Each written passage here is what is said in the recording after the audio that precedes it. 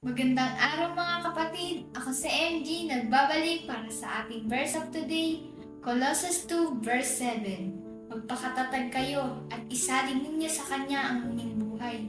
Magpakatibay kayo sa pananampalatayang itinuro sa inyo at lagi kayong magpasalamat sa Diyos. May mga pangyayari sa buhay natin na kadalasan hindi natin inaasahan.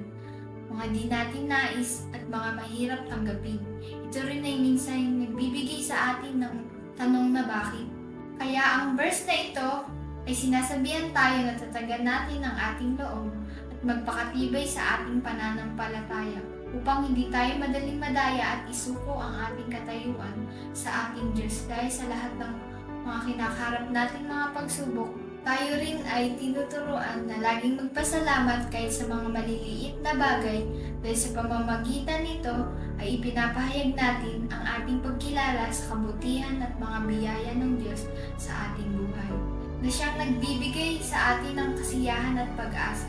Kaya nga mga kapatid, isa puso natin ang mga aral na ito, gamitin sa pang-araw-araw na pamumuhay at lagi tayong manalangin at humingi ng gabay at patnubay sa ating Panginoong Diyos dahil sa pangako niya sa atin ay hindi niya tayo iiwan o pababayaan man. Kung naniniwala ka, comment amen at huwag kalimutang mag-like and share. God bless!